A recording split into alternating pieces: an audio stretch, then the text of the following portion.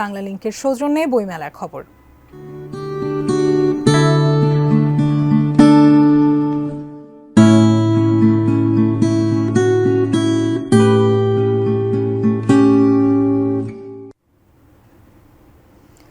একসময় বইমেলার প্রাণ ছিল লিটল ম্যাক চত্বর।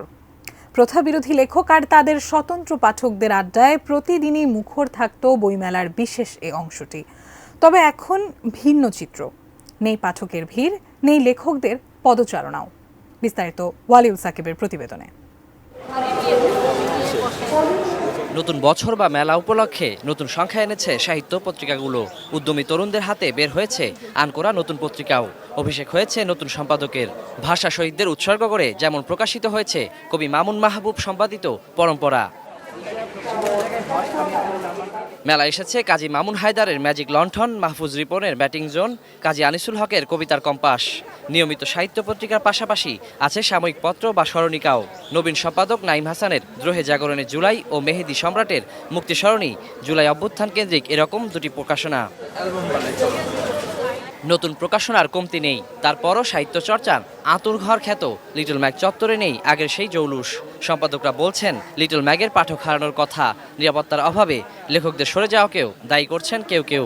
ভালো লেখকের অভাব আছে লিটল ম্যাগে, এবং অবশ্যই বইয়ের প্রতি মানুষের যে একটা সজাগ দৃষ্টি থাকতে হবে সেটা মনে খুবই কমে গেছে। সেজন্য লিটল ম্যাগের এই অবস্থা। লিটল ম্যাগ নানাভাবেই অবহেলিত, বঞ্চিত হচ্ছে। মুক্তচিন্তার লেখকদের যে পরিমাণে নিরাপত্তা দেওয়া দরকার, এই নিরাপত্তাটা আসলে বাংলা একাডেমি কর্তৃপক্ষ নিশ্চিত করতে পারছে না। লেখকরা বলছেন সম্পাদকের অনৈক্যের মতো কারণও লিটল ম্যাগের জৌলুস হারানোর জন্য দায়ী। লিটল ম্যাগের যে একটা পরিষদ থাকার কথা আমরা ভেবেছিলাম, নিজেদের মধ্যে একটা দ্বন্দ্ব তৈরি হয়ে গেছে। এখন আগে যেমন লিটল ম্যাগগুলো একসাথে তাদের কাজগুলো করতো, এখন সেই জায়গাটা নাই।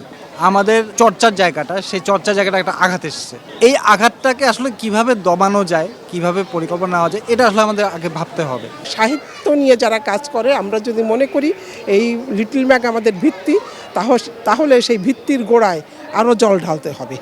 এবং আমরা যারা বুঝি যে সাহিত্য জীবনের অপরিহার্য অঙ্গ, সমাজ সভ্যতা এগিয়ে নেওয়ার পটভূমি, তাহলে তার পিছনে তো আমাদের সময় এবং মেধা খরচ করতেই হবে। আবারও লেখক পাঠকের সম্মিলনে জমজমাট হয়ে উঠবে লিটল ম্যাগ চত্বর, এ প্রত্যাশা সবার। ওয়ালিউল সাকিব, এটিএন নিউজ, ঢাকা।